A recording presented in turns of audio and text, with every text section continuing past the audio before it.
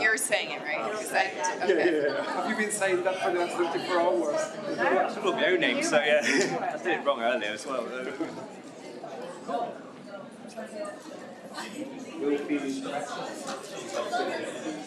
Good. Parfait. We're live.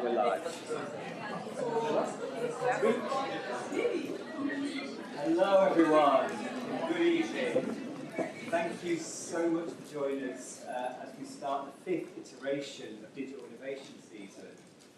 This year we are exploring the theme of Earth's plastic extinction, so thank you for being here for part 1 of our particular programming. I'm Stefan Swanetchny, I'm Digital Innovation Partnerships Manager, and I'm joined by our academic team. Hi, I'm Beth Shepherd from MA Narrative Environments. Rachel from Pearl, also from MA Narrative Environments and Pursuits Collaborator. And I'm Jesus Felipe, the course leader for MA Industrial Design. We're absolutely delighted to welcome you and for the 2 courses to be co-curating this year's Digital Innovation Season, Earth's Plastic Extinction, along with Stefan and the innovation team. Thank you so much. I'll bring you now over to Lukáš Likavčan. Excuse me. Oh, we're going to do it anyway. Who will introduce the panel, we'll go from there. Thank you so much.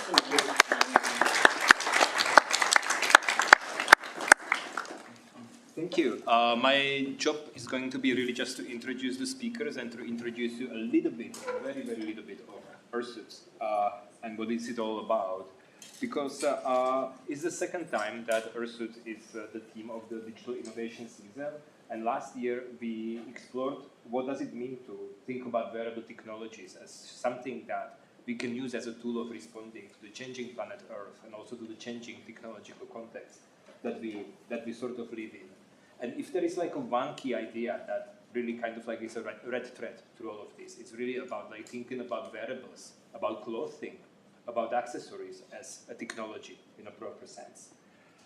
So that brings us to thinking about softness of technologies, that brings us to thinking about technologies and clothes and wearables as extensions of our body, and that's about something that perhaps can be like an infrastructure for climate adaptation or for adaptation to the changes in our environment at large. That's also the reason why plastics became this year such an important, I would say, symbol for Ursus, because the plastics, of course, they are something that have a certain kind of like a troubled history in industry, in design, in fashion, and we're trying to creatively reimagine what's going to happen with plastics once they become scarce, once they become valuable in some other sense, once they become something else than the ubiquitous waste that we kind of like associate with plastics these days. So these are the keywords: plasticity, wearability, but also today with the students at the MA Interaction, at the MA Industrial Design and at the MA Narrative Environments, we talked about luxury, for example, yeah? Another important word in our vocabulary these days. And all these topics are topics that our dear guests are going to also talk about today. All of these, I would say, practices that you're going to hear about are somehow related to plastics. And I will introduce each speaker as they come on the stage to talk about their practice. So there are three guests today, Coline Le Quenven, Yesenia Thibault-Picazo, and Tom Price. And we're going to start this evening with a brief introduction into the practice of Coline Le Quenven, who is a French multidisciplinary designer and artist based in London. What is really interesting about her is also that she's the graduate of the CSM, of the master's program here at CSM. She's going to talk also a little bit about that in her brief introduction to her practice. And she discovered the existence of, or is one of the persons who discovered the existence of plastic glomerates, which is a kind of rock formed when plastic debris melts and fuses with natural materials. And Coline began transforming local-based plastics into delicate decorative objects and sculptural pieces. Her inspirations span multiple art historical periods, including Antiquity, Art Nouveau, or Baroque. And by integrating digital technologies into her process, she creates works that reflect contemporary society while juxtaposing past and present aesthetics and techniques. So please welcome Coline Le Quenven on stage.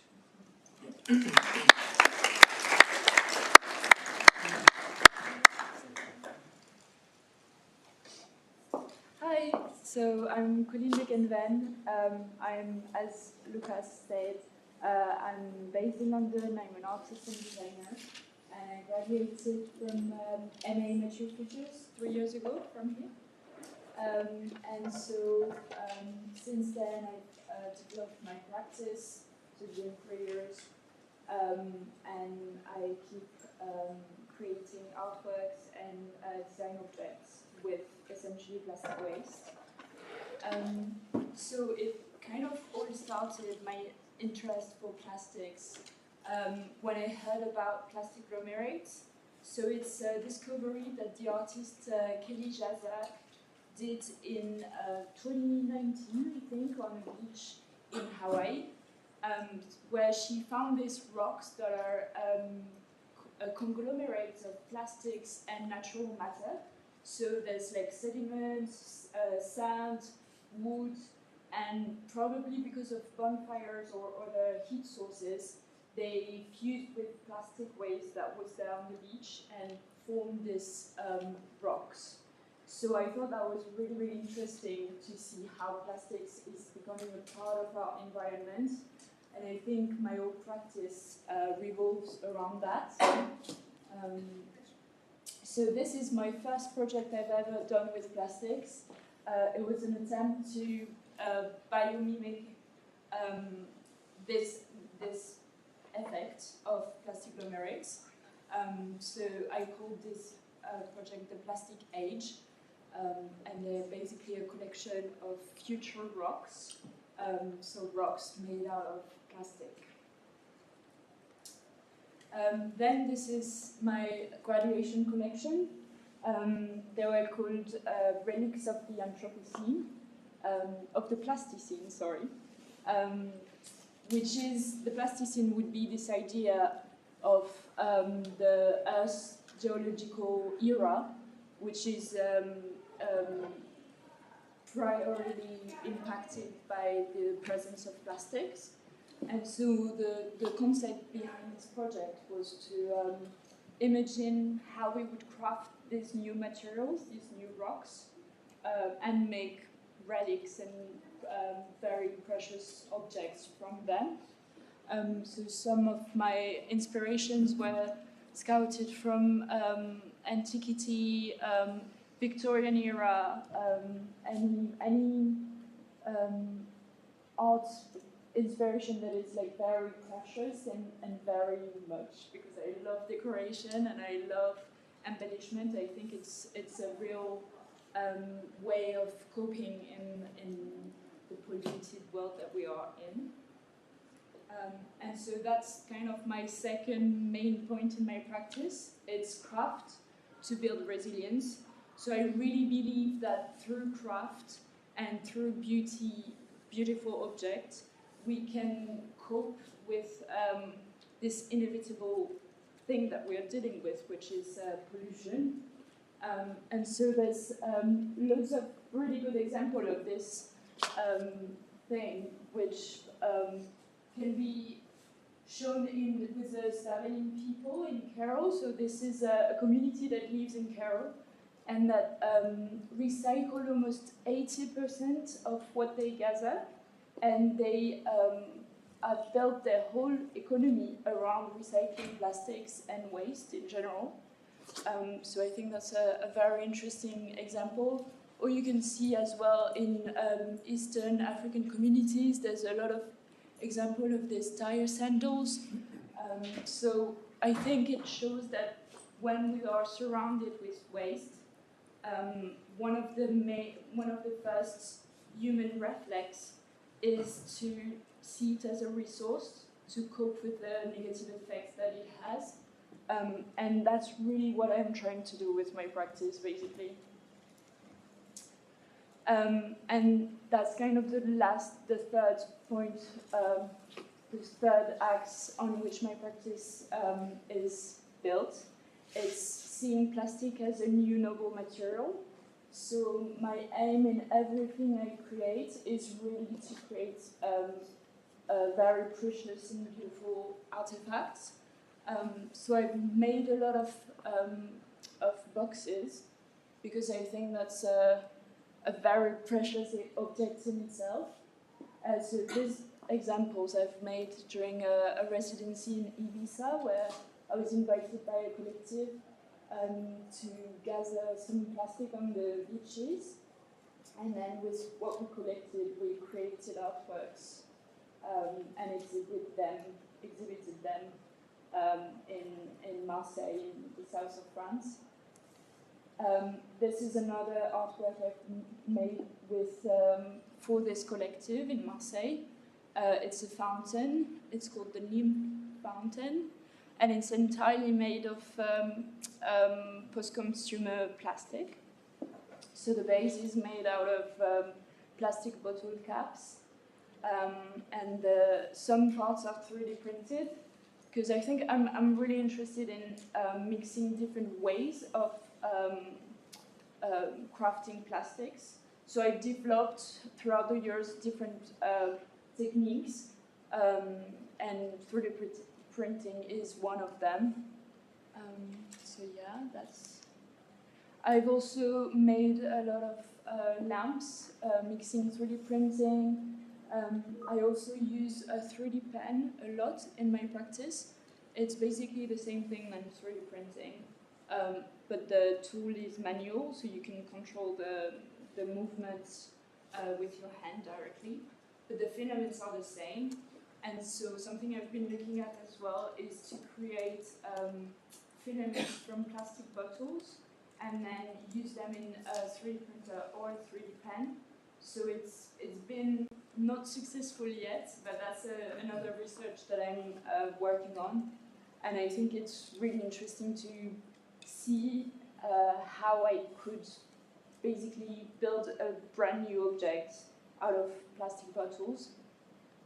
So that's something I'm going to pursue in the coming years. More lamps. I think I'm really interested by lamps because plastic has a lot of really interesting characteristics, but one of them is like the translucency of plastic. So on the right, I've played with some bottle caps that I've melted and molded in a plaster mold, so you can kind of see the figures that still appears, but it's also very organic still. And I think that's what I really like about working with plastic waste, is that it's so similar in textures and colors to rocks and precious stones, and it's kind of the link that I make the most often visually in what I make. So on the right, sorry, I'm not really good at left and right. There's a lamp that I made with the 3D pen as well. So the filament is all recycled.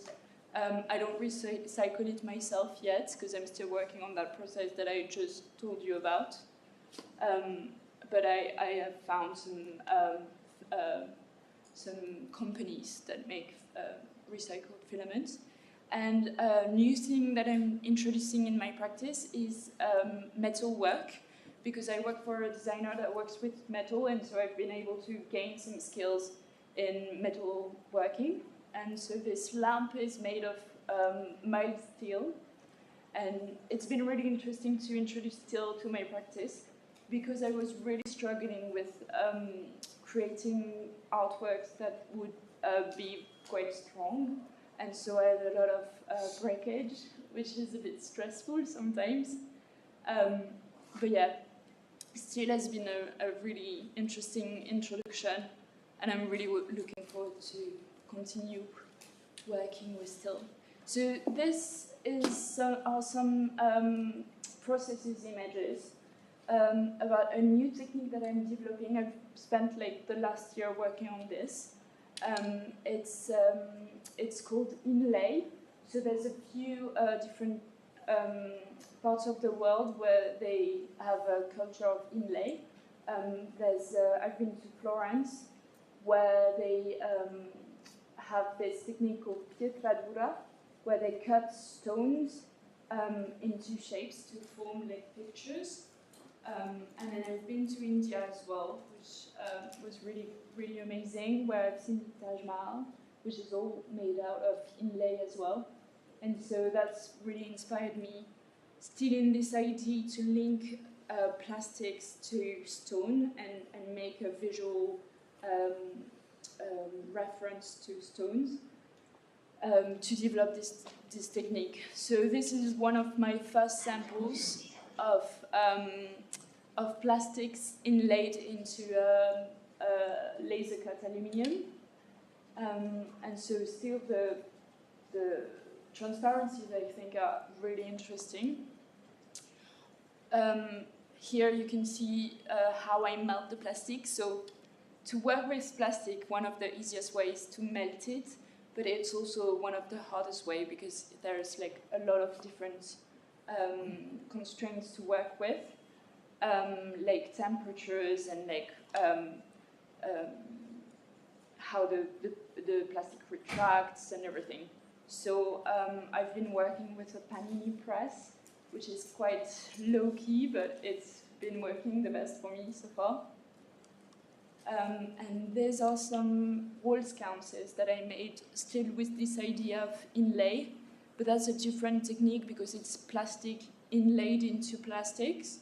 So I've made some sheets of recycled plastic from bottle caps still, and cut my design and just like assembled them and then re-melted them so they fused a little bit, and so you can see the final result here.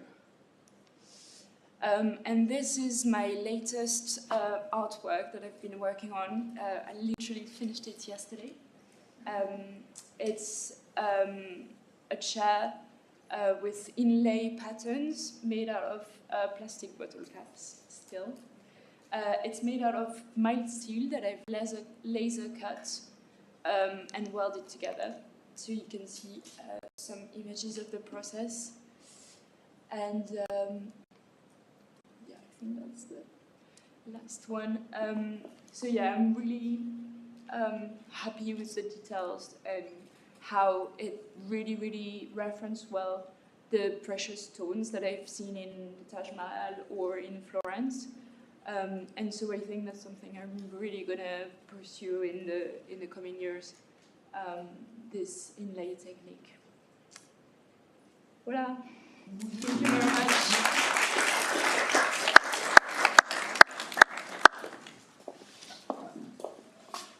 Thank you so much, Coline. We'll get back to unpack a little bit more of some of the ideas behind your practice also in the Q&A. So also if you have any questions for Coline, just prepare them, think about them. Later we're going to have a Q&A when you'll have a chance to ask all of our speakers anything we find fit.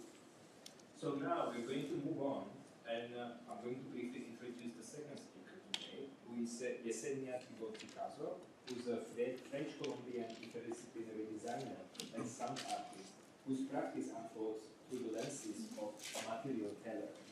And she explores a lot the narrative and ecological potential of materials, something like a material agency of sorts. And if you remember today when we were talking about Laura Tripaldi's work during the theory session, those of you who attended the theory session from the MA Narrative Environments and from the MA Industrial Design, we briefly touched upon the idea that materials are not just like passive, some kind of like passive interfaces. They are active, they shape the way how we engage with the world and also like how we understand ourselves in the end. And Yesenia has developed an interdisciplinary practice across art, design, craft, and the natural and social sciences. She's also a graduate of the Material Futures at CSM. And so please introduce her back at CSM now. And we're looking forward to hear what she has to share about her practice. Yeah.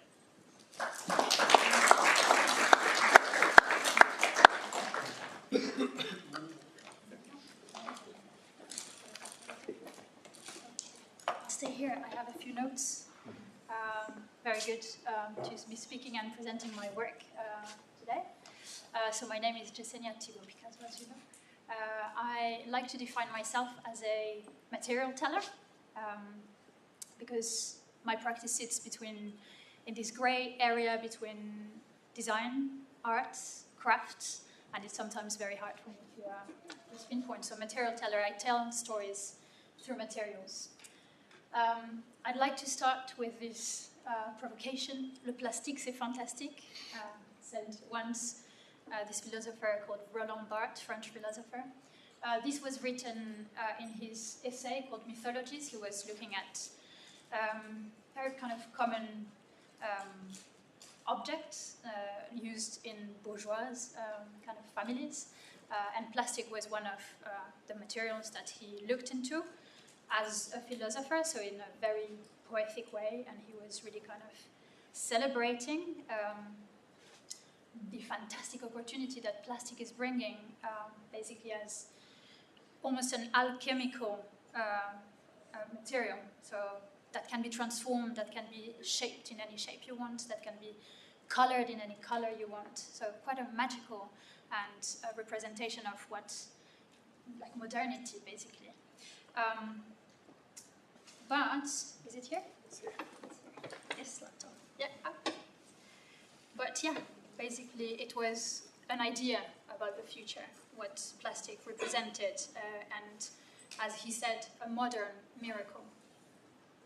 But then, basically that promise of a modernity and of a beautiful future has now disappeared.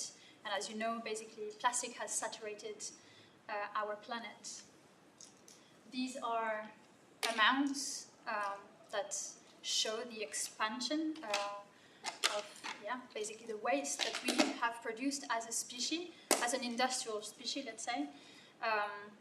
Basically, none of the common used and fabricated plastic is biodegradable, so it's just accumulating. It's not decomposing. It's just filling up our environment in every part of the world. And these are absolutely terrifying numbers when you see the increase between the 50s, when plastic was kind of made a boom, to nowadays.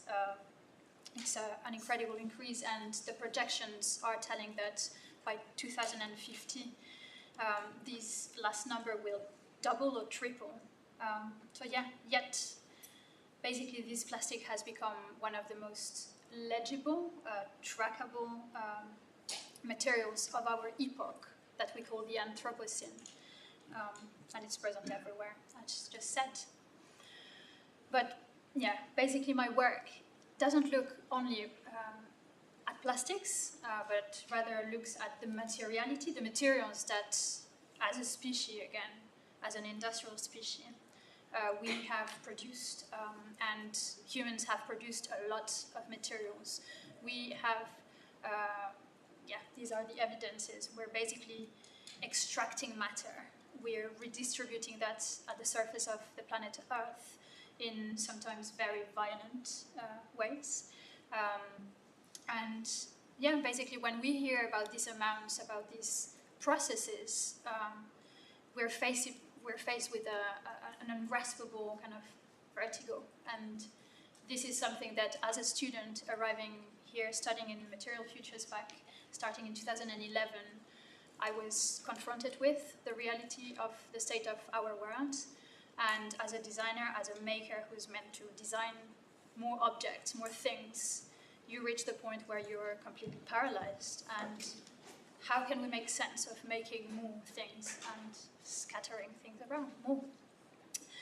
So this is basically where my practice, my novelly established practice begins, where numbers and these kind of facts need to be, kind of transformed, where we need to invent new forms of narratives, new forms of experiences as well with materials, and this is a way, I think, to be able to navigate as a human, as a designer, in this massive crisis that we are living in. So, as said, I'm a creative director. I set up this practice, I think, around this project that I created, that I initiated here at CSM, called Crafting the Anthropocene. And basically, through my work, it's about giving a material experience, a tangible experience. I have a background in textiles, and it is known that tactility has the power to generate experience, to transmit knowledge, because we are emotional beings, and I like to cultivate that. So I've been developing since 2013, since graduating from here, this massive, I call it umbrella project, which is a very long-term, kind of inquiry, quest of finding ways to make, to craft within the Anthropocene. So it's an ongoing interdisciplinary quest that facilitates knowledge. So very simply, this initial piece, is called the Anthropogenic Specimens Cabinet, or the Cabinet of Future Geology. Basically, when I started reflecting about this idea of the Anthropocene, so the newly proposed name for a geological epoch led by humans, I started looking at what are the traces that we are basically about to live on this planet, that we are already kind of living. And this was about, it started like methodically listing what are these materials. And I started producing these kind of collections, which is kind of an ongoing project. And it's somehow an act of observation. So each of these minerals or future geological fossils are basically looking at very precise industrial numbers, industrial activities all around our planet. And it's an act of observation. I don't want it to be dystopian. I don't want it to be solutionist either.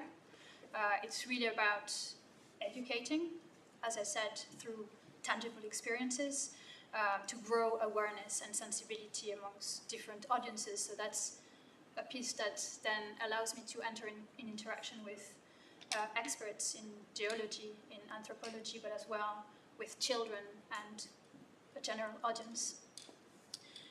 So yeah, as said, I'm trying to adopt a neutral tone. It's not dystopic. I'm not telling the story of a catastrophe of the climate crisis. It's just, avoiding the alarmist tone. So here is the kind of example of how it is presented in a gallery, a museum setting. These pieces have been presented in numerous natural history museums, and often in exhibitions related to ecology. Oh, it's not coming. Oh, there you go. Okay. Here I'm going to show you like closer views to show the tactility, basically, and you have like basically in the captions a bit of numbers that correlate to the activities and to the materials I'm looking into. So a car fossil. So it's really kind of looking at the materiality and how we can convey, you know, this idea of time. And when they're presented in galleries or museums, these pieces are always presented with a little caption that allows to contextualize.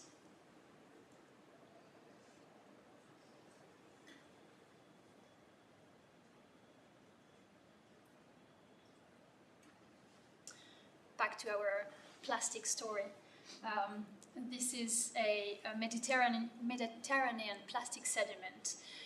Some of these, well, scenarios or examples have been discussed ahead with a geologist called Jan Zalasiewicz. I was lucky to be in interaction with some of the key thinkers, interdisciplinary thinkers, that were actually defending this idea of Anthropocene and willing to really raise awareness past this term as an official term, geological. And together with Jan Zalasiewicz, a geologist, we discussed a very particular event that were considered as markers, we say, markers of the Anthropocene. And of course, one of the main one was plastics, the ubiquity presence of plastics up to the most remote places.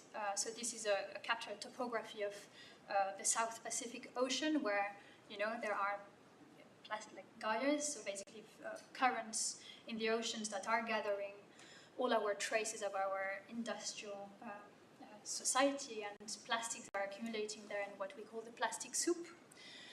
And what is happening is that this plastic is breaking down and reaching out, now we know, the deepest parts of our world. Some are absolutely unexplored still, which really kind of comes and confronts or challenges this idea of pristine nature. There is no such thing as untouched nature. I wanted to share with you this diagram produced by Jan Zalasiewicz, Professor Jan Zalasiewicz, who basically tells you about the variety of minerals, of materials, since the birth of our solar system down to now. So you can see basically the curve growing, you know, that correspond to different events in the creation of, from the creation of our planet to the oxygenation of the Earth, which you can see like gave a massive rise, so when plants basically arrived on Earth. And this second spike or growth is basically our civilization. So we are completely, what we need to take from that is that we are part of this metabolic system.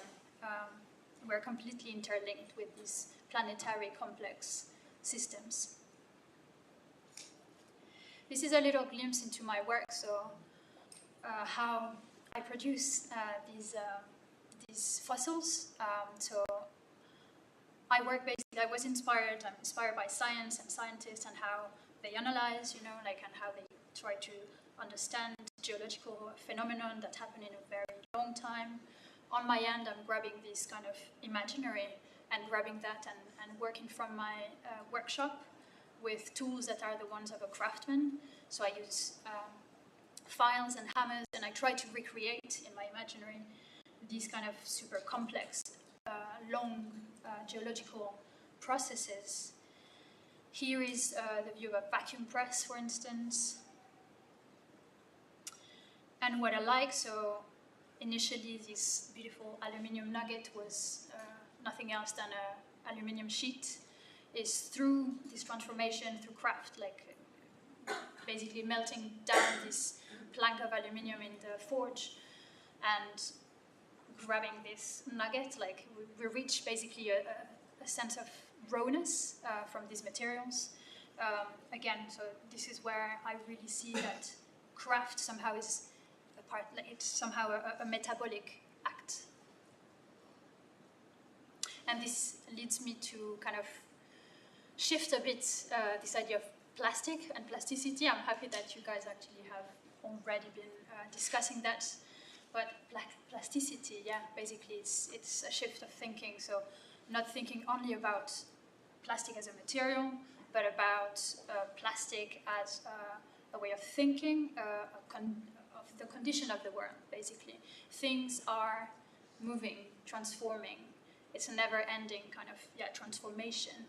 And it's inherent to life.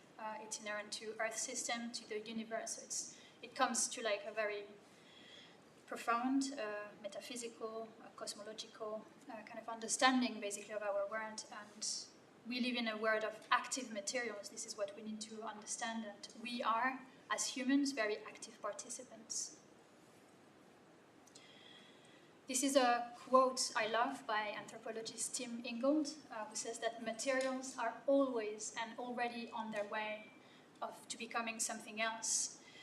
So I see craft as a mean to understand matter, the materiality of everything that surrounds us, basically. And through making, you enter in conversation with the world, basically. You observe this transformation. When I'm melting this aluminium plank, I see, like, I understand the kind of temperature, the viscosity of a material. It's a really kind of observational and fantastic experience to live.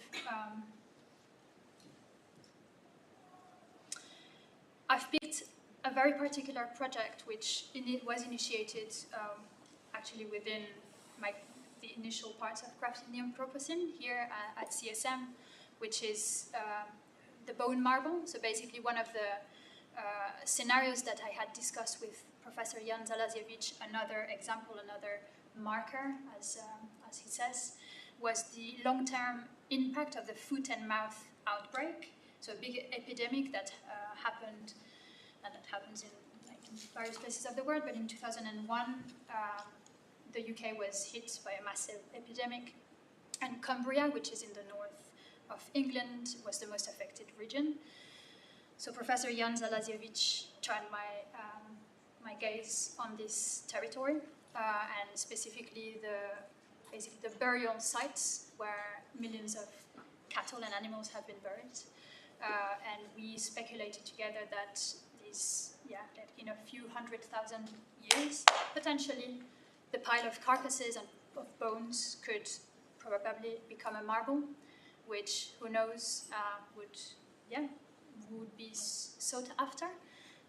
Could we compare that with Carrera marble, in Italy?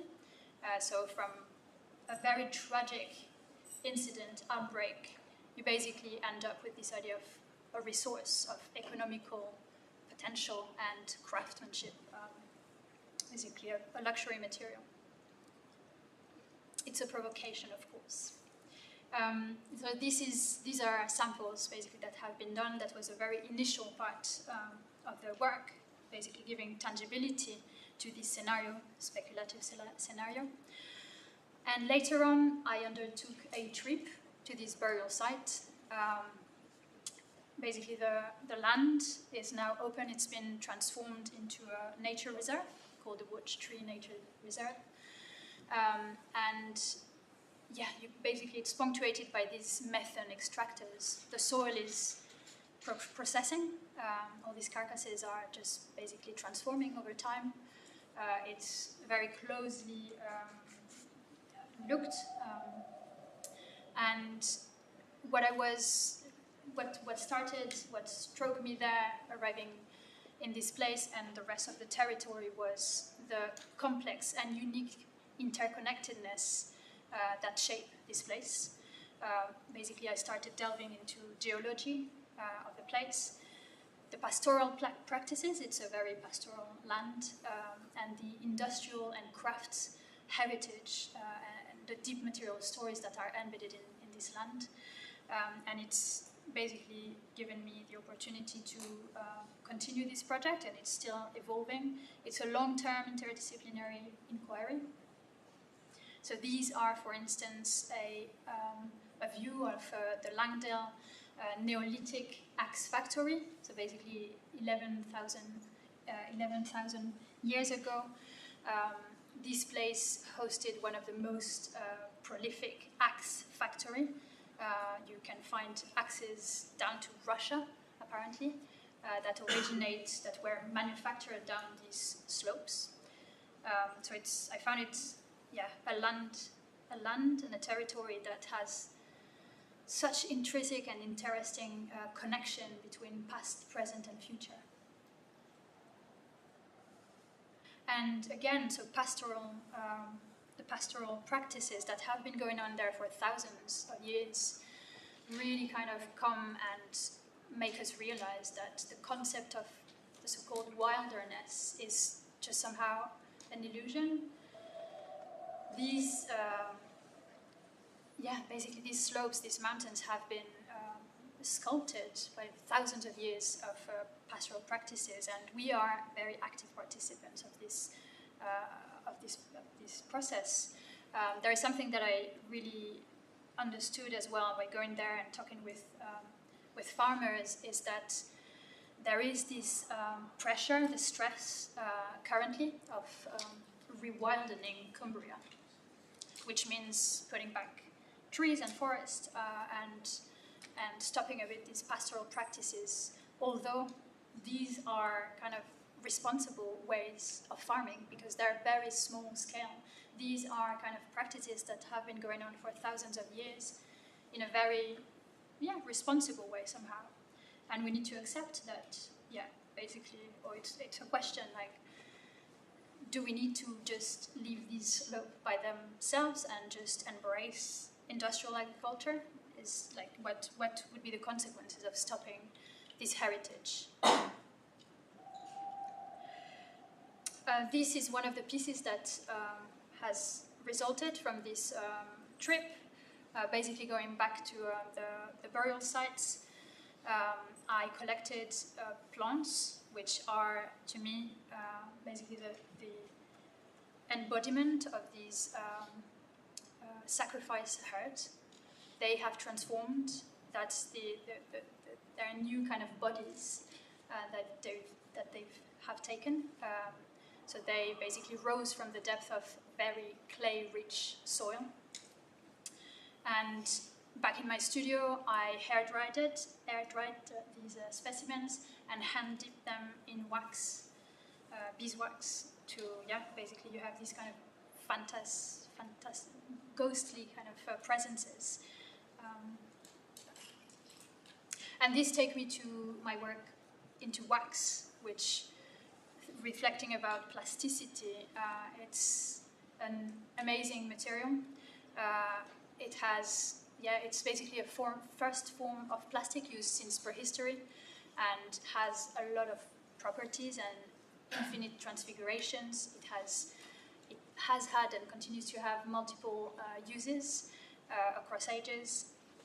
And what I like in working with wax is the distinctive tactile qualities, the way, as like coming back to Tim Ingles' idea that you accompany, you observe a material, and it's basically the pure kind of embodiment of transformation, and I love working that on my end, but as well opening up this kind of experience to people, to audiences within workshops, and it's a form of, it's a means and a media for education, which is something that I have done basically for a few years in Wax Atelier by making candles. So basically candles are super universal, understood all across the world, object, so simple. We have not invented the wheel, but through this object and through the making of this object, training people to make that candles, it was a way to kind of educate about the origin of materials. Where does wax come from?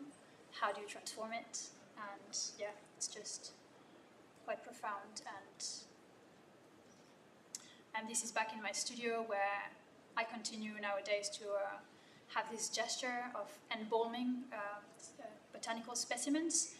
And yeah, basically it's just engaging with, a way to engage with wax as a material, but as well my environment. So my studio is based in the Lee Valley, near the Lee Valley marshes, and it's a way for me to continue kind of dipping plants and understanding kind of fauna and flora around.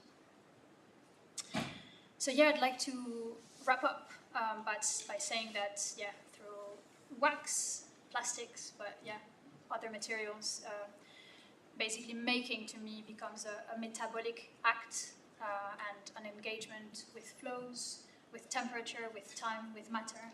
And the challenge today, it's not to insist endlessly on the catastrophe.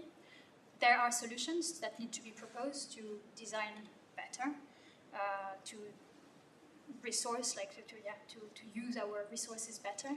But we need as well to cultivate a sense of enchantment, I guess, and yeah, basically moving away from the fear and the fatigue, but rather to cultivate attention and care and action as designers. Voila, I think I'd like to start that.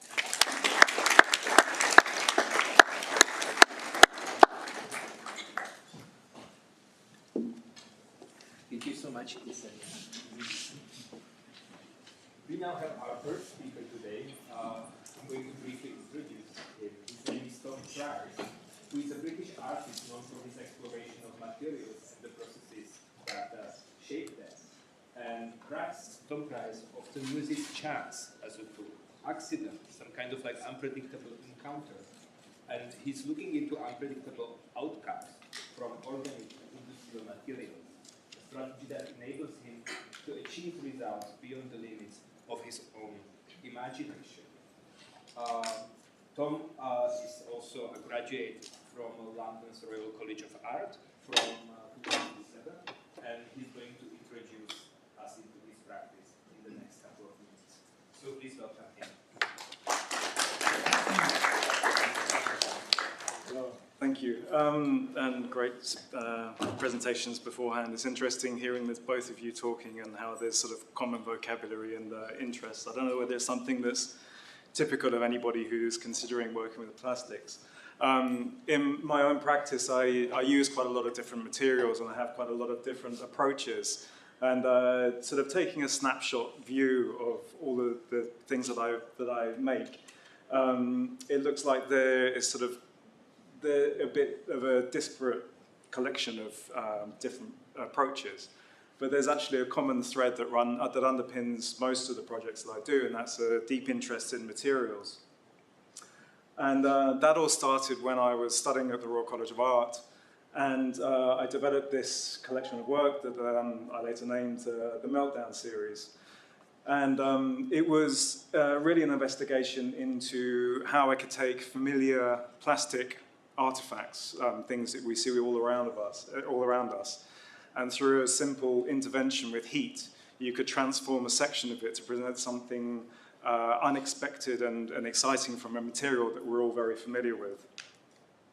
And the genesis for this idea really began with melting the end of a piece of plastic rope. If you have a polypropylene or nylon rope and it's all frayed on the ends, and you take a lighter and you melt the end of it, and you see these kind of frayed, tethered, soft fibers melting into this beautiful kind of globular, smooth plastic, which is still pliable. You know, once it cools down a bit, you can mold it with your hands. And I found that transformation really fascinating. So I wanted to see how far I could push this as a process, whether I could use it in a more structural sense. And so my initial investigation, my initial concept was that there are two things that sprang to mind when I was thinking of working with plastics. One was sustainability, and the other one was a student budget. And so I was thinking, brilliant, I can work on this plastic project, I'll get my green sustainability badge, and at the same time, it will be really friendly to my bank account. I thought I'd get endless supplies of recycled materials that nobody wants, and I could just experiment and make things to my heart's content. And so this is my first concept, the really bad bit of photoshopping from when I didn't really know how to use Photoshop very well. And this sort of David Trigley-esque sort of mound of old rope was my idea of what I might be able to source from ports. And I contacted all the shipping ports all over the UK, well, as many as I could find. And I emailed them asking if they could send me any sort of old rope that might be lying around on the docks. I contacted agricultural associations, shipping companies, recycling centres, everyone I could think of, and nobody responded to me until eventually I got a phone call from one guy who said, look, I could probably scrounge together a few odd bits of rope here and there, but really they'd be so contaminated with grease and oil and debris that I don't think they might be much use to you. So I decided to cut my losses with that. And thought, well, I'll come back to the sustainability thing, the recycled plastics, later on, once I got the process down. So this was my first model, a scale model, 1/3 scale, using 6mm rope. I thought, fine, this is, I just scaled it up. This first test turned out really well. I thought, okay, I'll make a larger model to the size I wanted, and it should all work fine. This was the result, which I melted with a friend in the basement of the Royal College of Art. And it was a great lesson in how scaling things up from that size to that size isn't a very good indication of what's going to come out at the end. And so I realized very quickly that the material didn't want to cling to the form. It was as it was heating and turning kind of liquid and globular, it just started falling away from the mold. And what I was left with at the end were these kind of very paper-thin surfaces that you could just poke your finger through, and you had these cavity of material disappearing in between the rope.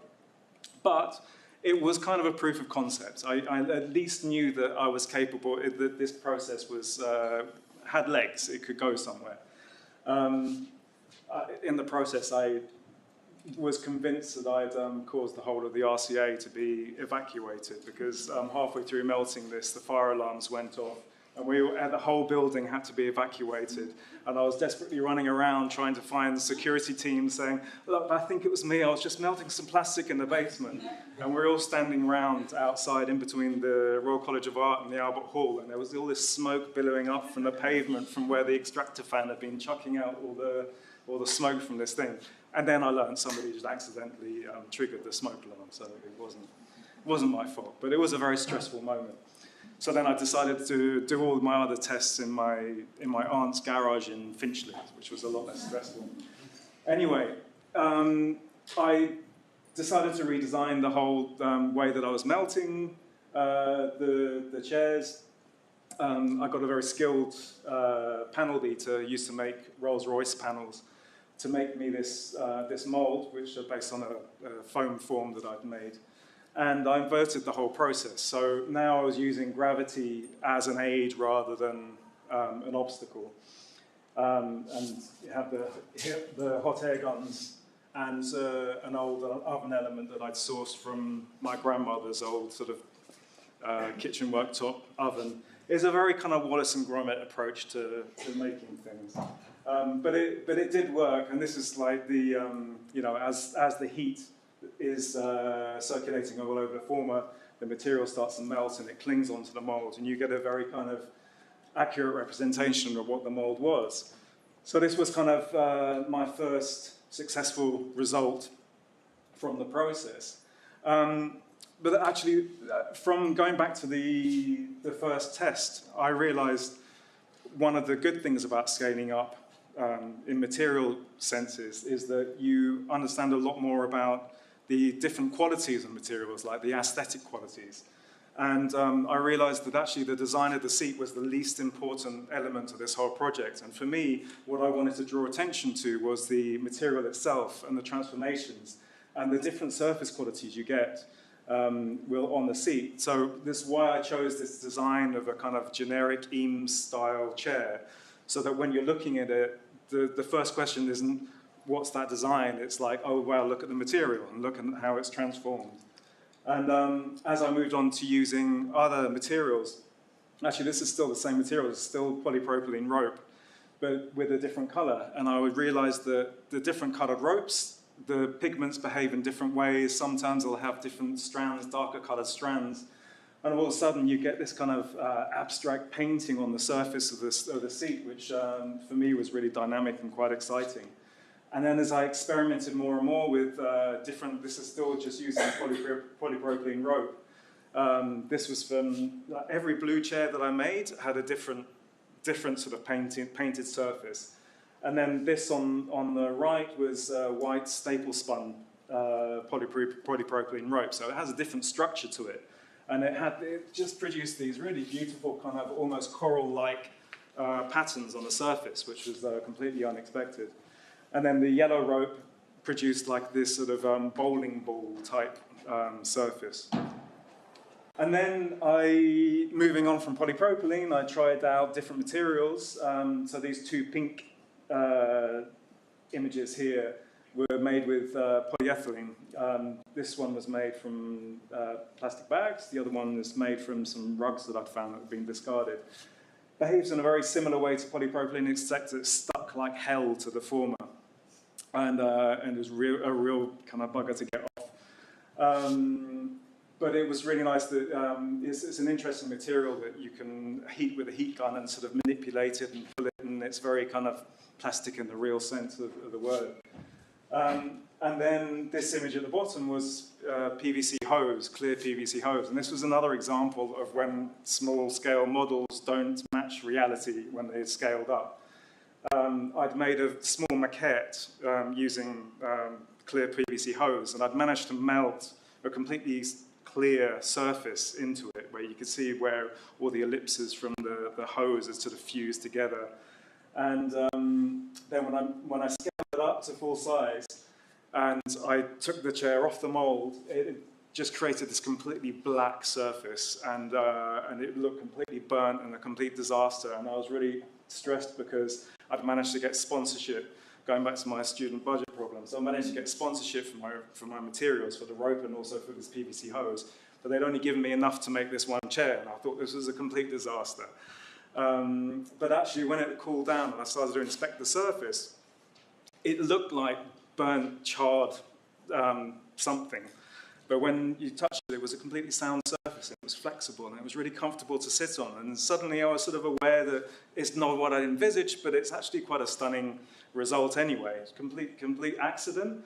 And then it was fringed with this kind of very delicious-looking amber colour around the edges, which I quite liked. And then this was using nylon cable ties. Again, a very different surface treatment, which to me almost looked like a kind of lunar landscape.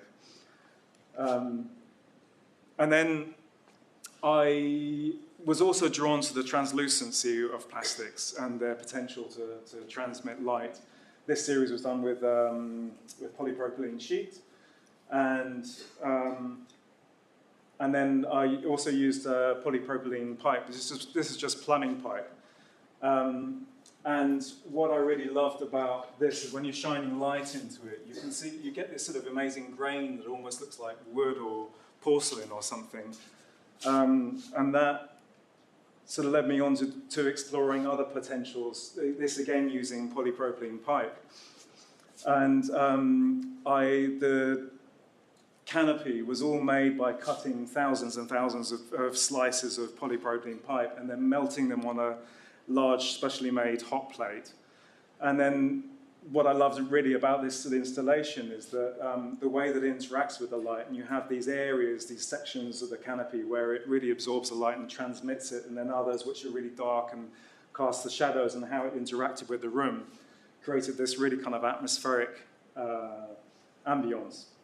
And then you get this really dramatic interplay between the light and dark areas. And this was really brought home to me when I was commissioned later on to make a bronze version of the tree.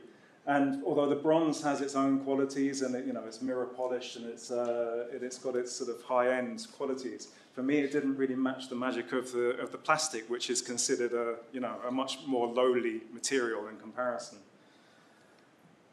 So then moving on to another body of work which again uses plastics, but this time thermoset in the form of the thermoform was all the stuff I was able to mould. This is using resin, and specifically an interaction of three elements. They've got resin, tar, and the third element being light. And the project is called Synthesis because it's the collaboration between these two materials when they're forced together and the transformations they go through. So when you catalyze the resin, which is like starts out as a water-clear liquid, and then you have the tar, which is a solid black sticky substance, and they're put together and the catalyzing process begins, and the resin starts to transform from a liquid into a solid. The heat that it generates makes the tar transform from a solid into a liquid, and then as these cracks start to appear within the resin, the tar heats up and it expands and it's looking for places to go and it starts to travel up into the cracks in the resin. And what you're exposed, what's revealed in this are all these amazing kind of greens and jades that come from the tar, which would be completely unpredictable. And then the third element of light, when it enters the resin when it's in a large volume, you get this refraction of light, where the red end of the spectrum splits off and you get these incredible magentas and reds that, and all this colour coming from two essentially colourless substances is something that I found really, really exciting. Can we press play? Another aspect that I really liked about this process over the Meltdown series, so the process of making the Meltdown is all kind of blind, it's all done upside down, and I don't know what's happened with the surface, how it will come out until I take it off, and then I see the surface of that's been melted. With this, you can see the creation in real time. You see the way that the cracks form in a very sort of organic looking way.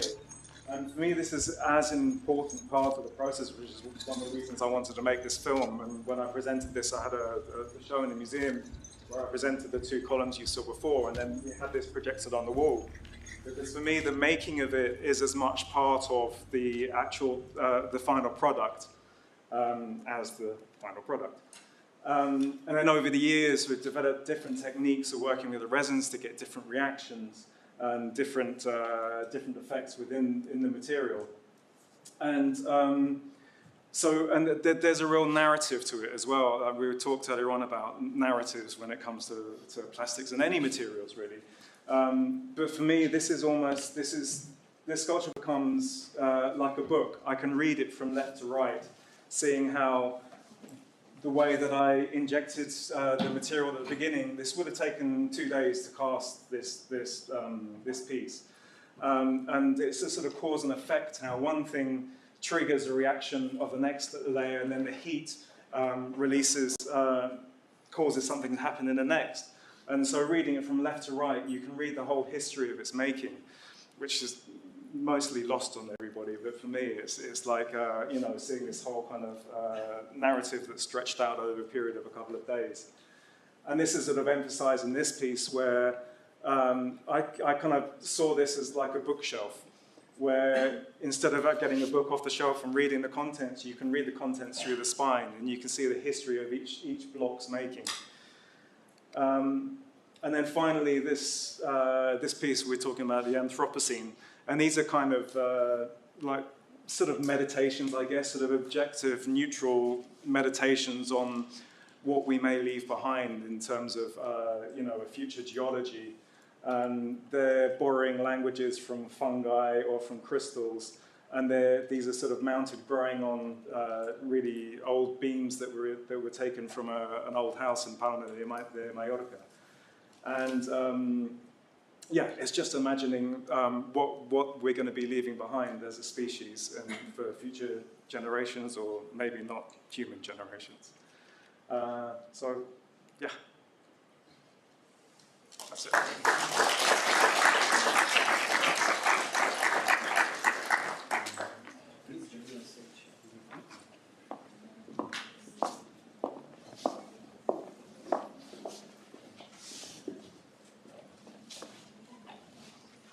Thank you so much again for all your really insightful introductions into your practice, because one thing that I would like to really ask you at the beginning before I open the floor to the audience is in all of your practices I see kind of like an oscillation between plastic as something that is natural and unnatural.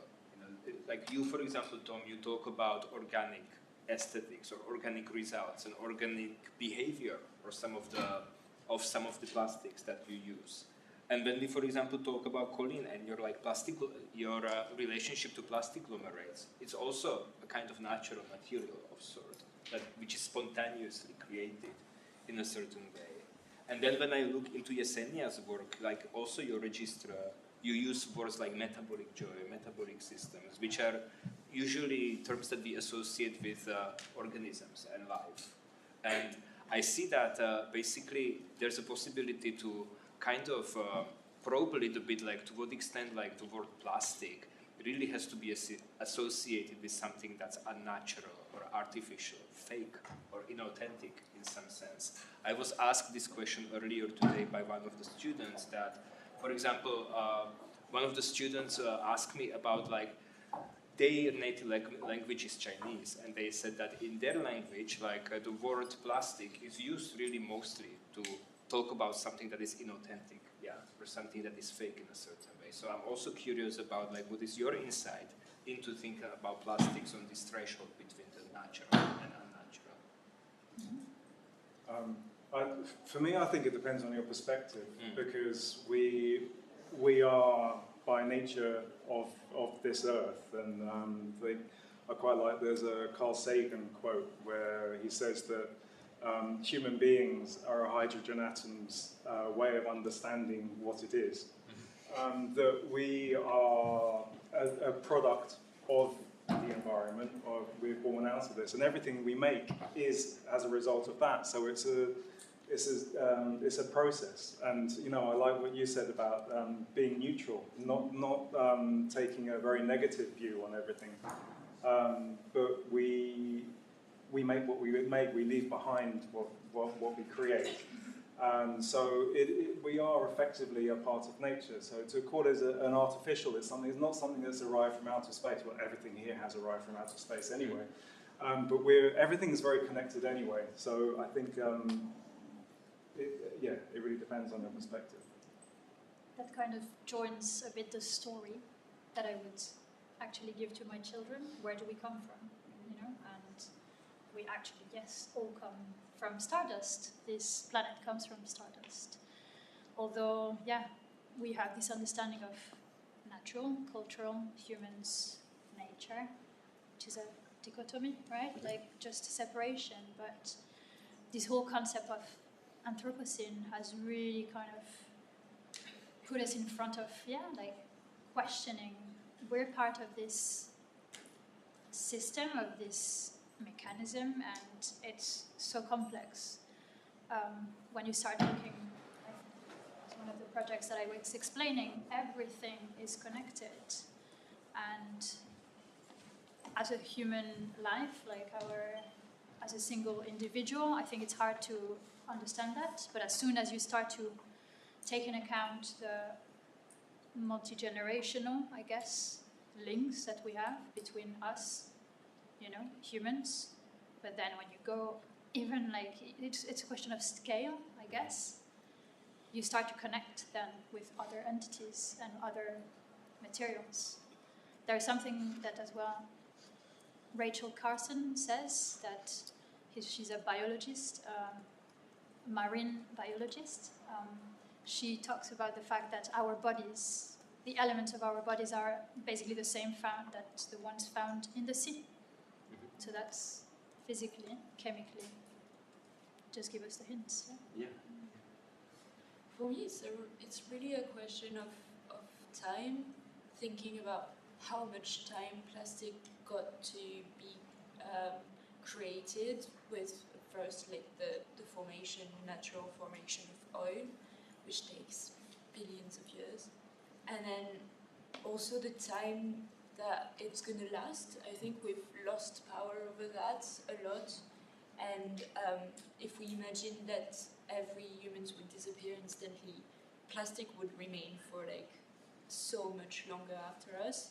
And I think that's a very interesting question about plastic. It's timeline, which I think is making it natural in a way because it's living with nature for probably forever, even if it's just in the form of microplastics, but it will never fully degrade. And that's why in my practice I consider it as a almost natural element. Not that I'm saying that it should be seen as natural and good, and I don't think there's any good or bad, but yeah, I think it has a lot of properties of natural element at the end, even if we didn't want to. Any questions from you, from the audience?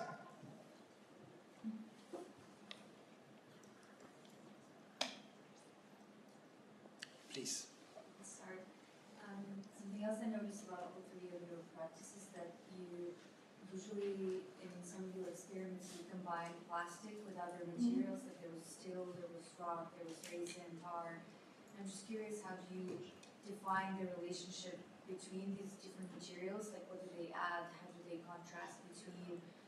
Why do you bring other materials into objects? When I started making the Meltdown series, I sort of was very strict with myself that I would only use the one material. And even when it came to, it was very important to me that from a functional point of view, you could sit on all these, they would be comfortable, they had a solid functionality to it. So even with the polypropylene sheet chair, I had to roll the sheets into tubes and create structure and then melt all that in. So in terms of that, I guess that was just a sort of ideology for that project. Later on, it was just like with using the tar. I was just curious to see that interaction and the dialogue between the two materials.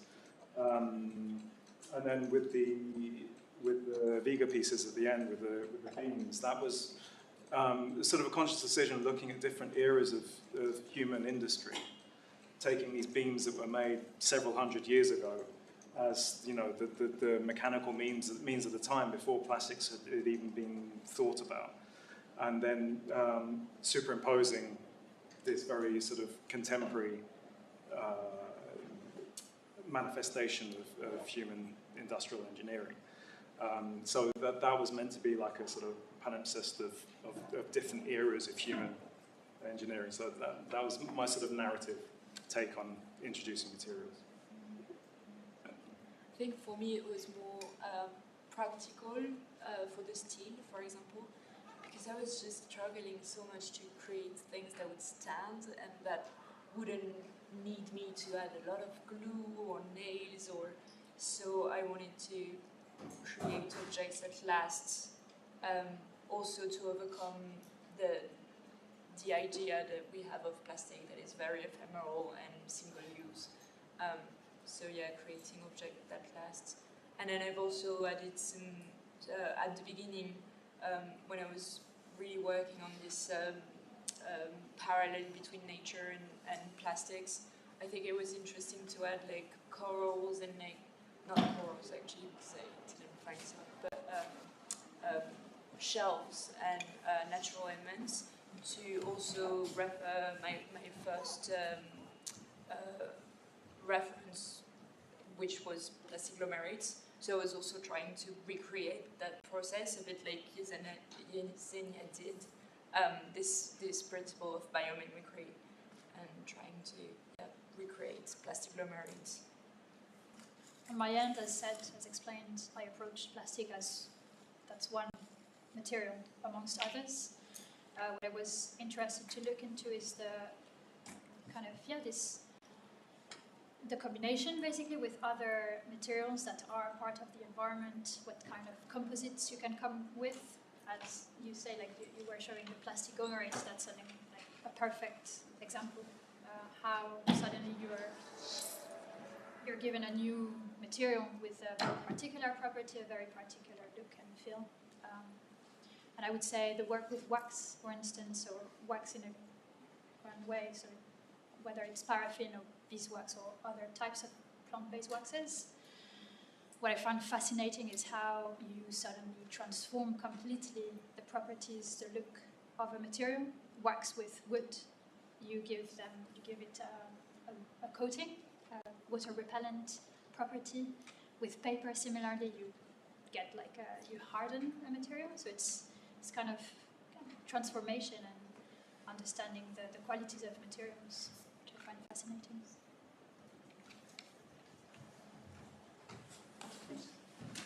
This is changed my whole view of plastics. If you ever say of plastic and try to wear plastic, you can see plastics. I'm just really curious, it's kind of a wild question. What do you think about the cost of plastic? The cost of The cost. Associations is cheap. It's cheap, of course, yeah. Yeah. In your minds, what's the number? You have a number, like plastic is worth this? I think it's its blessing and its curse. Yeah. It's this blessing in that we can use it for so many really useful applications. Like we can't really survive in modern society without certain plastics.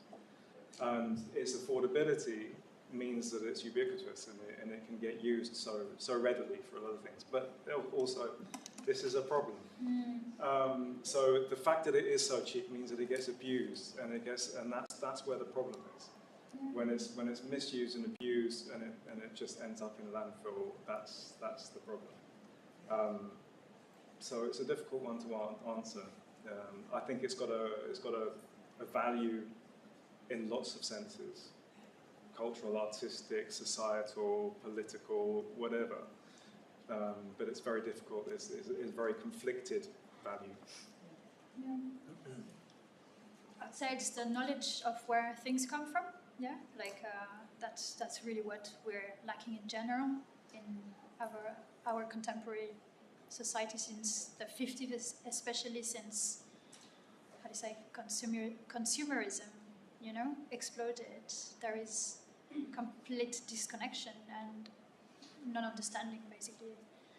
And this is where, again, design, yes, can find proposed solutions, but as well, our practices are here to show, to educate people, whether it's in fantastical pieces, through workshops, through making and telling, basically, the story of materials, yeah.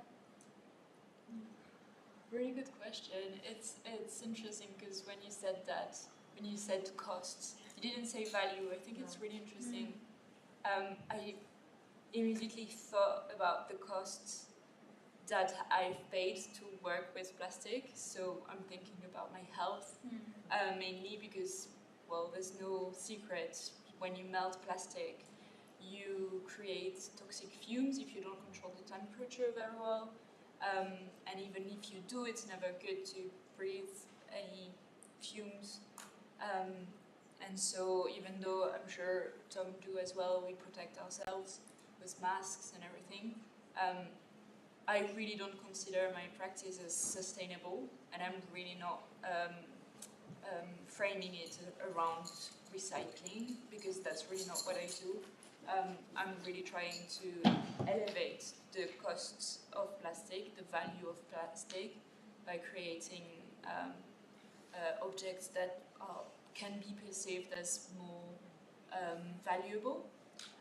But that's also another answer that I would give to your question is that another thing I'm struggling with, how plastic is perceived, is that to sell any artworks to people that would be interested in this kind of work, it's really difficult to navigate the language you have to use to sell your work, and that's something we don't always talk about. But it's difficult to sell plastic, to sell recycled plastic as an valuable artwork. But then this is where your craft and the skill comes into play. Exactly. And revealing that and showing. And I think that it's as well. through the craft that I'm able to inject value into plastics, because if you don't do that, then it's just plastics as we know it from every day. Yeah, right. I think like a material like Bakelite, which is essentially one of the first plastics. It's got a sort of nostalgia value, and I think there are a lot of things that are made from Bakelite that would fetch quite a lot in, you know, in auction houses, or you know, they're seen as a valuable material. But it's a cultural thing, and I think it takes time for those sort of values and those perceptions to shift.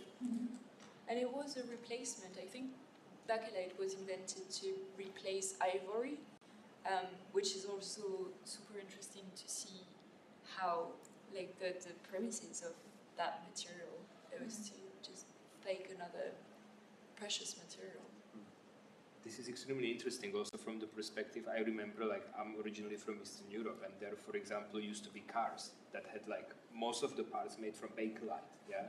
And people are looking now with nostalgia, also like that you mentioned at that era, which brings me back also to time that you mentioned, Coline, earlier, and like how to think about plastics in the proper time frames. But I want to end this conversation looking into the future a little bit, and especially in relationship to the question that also we heard now from the audience about the costs of plastics. Imagine that tomorrow all the plastic production is banned. Would that dramatically increase the value of your work? Or would it become a pariah? I don't know. You go and mine on the surface of the earth. I think it would, like, more encourage more practices like ours, rather than like make our work rare, because it would then become a limited resource. So that would help us. I mean, there are so many qualities that are unique to plastics that you can't replicate with any other sort of material. So as soon as that's taken away from you and scarcity hits, then you're going to really value the qualities of those of that material. I hope that leaves you with some food for thought for the future weeks and for the work at Earthsets, but also beyond. So please give a round of applause to our team.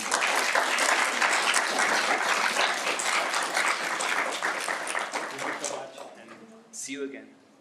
Thank you very much.